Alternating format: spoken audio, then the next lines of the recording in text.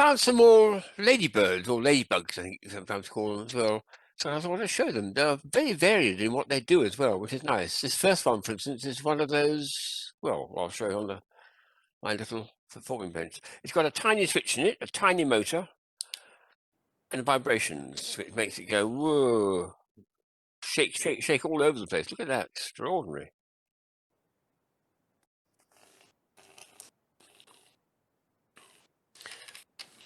It's hunting exactly with that sort of random movement, which makes it so much better than a simple little wind-up where you've got two wheels underneath. It's just the legs and a strong vibrating inside motor or eccentric motor, which gives the jerks up and down and works all over the place. So a very nice start. It's a beautiful little creature, and then turn it off, and he's stationary. He stops moving.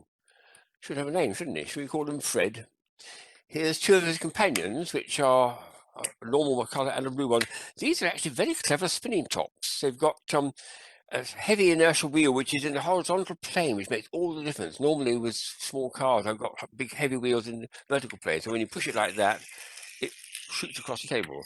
But this one, because it's in the horizontal plane, means it will spin upside down, which is very nice, very attractive effect indeed. So first time I've ever seen this. It's such an obvious thing to do. With the inertial wheel going this way, it's not affected at all. Then the other thing you can do is they can stack. There's a little knob on the top here, and a knob on the top, and a recess at the bottom, so we can get one to ride on top of the other. Shall we put him on there like that? No, get him on there. No, try again. Sits on the top and rotates around. There we are. He's sitting on top of Fred. Fred will try to go along as well too. Well, yes.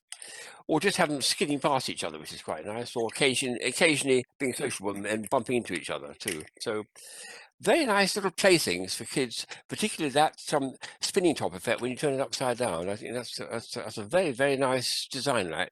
First time I've ever come across that. Inertial wheel, but in the horizontal plane, so it makes it work. Here's something we had in the Christmas pack about 3 years ago, I think it was. The company in Germany I got them from. They're charming little daisies. We just show you them on the bench.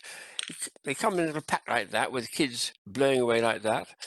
And they've got little spinners. They've got tiny little knobbles on the bottom, and they spin. So if I blew a vertical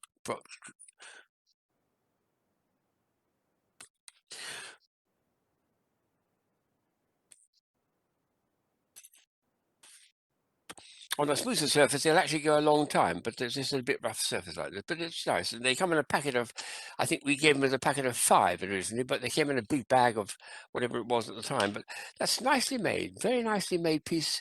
I'll show it in close up too, to show the detail of the Ladybird himself. There we are. And on the base is that tiny little thing which allows it to spin. It works very well with a little vertical puff of air. Very nice. There's one I've never actually opened until last night when I was going through it. It's a little box called Curiosa, and it's got a ladybird inside, but in the form of a jigsaw puzzle. There you are. Opened it up. The pieces were very strange. There was no end pieces too. It was just that. And here's the result. So I spent about 20 minutes, quite enjoyable. Let me get the camera down to show it when I open it up. There we are, a ladybug. Oh, it's dirty. Nice and flat, as we are. All the pieces are very strange. Some of them sort of interlock, some of them don't interlock, but it's circular. That's what fooled me. These look like straight pieces and not part of a big curve. So I suppose when we're finished with it, we just break it up like that and shove it back in the box. But there we are. It's a very nice little enjoyable half an hour putting that piece together because it's one I'd never done before. And I thought, well, that's a goodie. So let's put it back in its original box. Not too hard for small kids to do either, and it's soft, so a good one.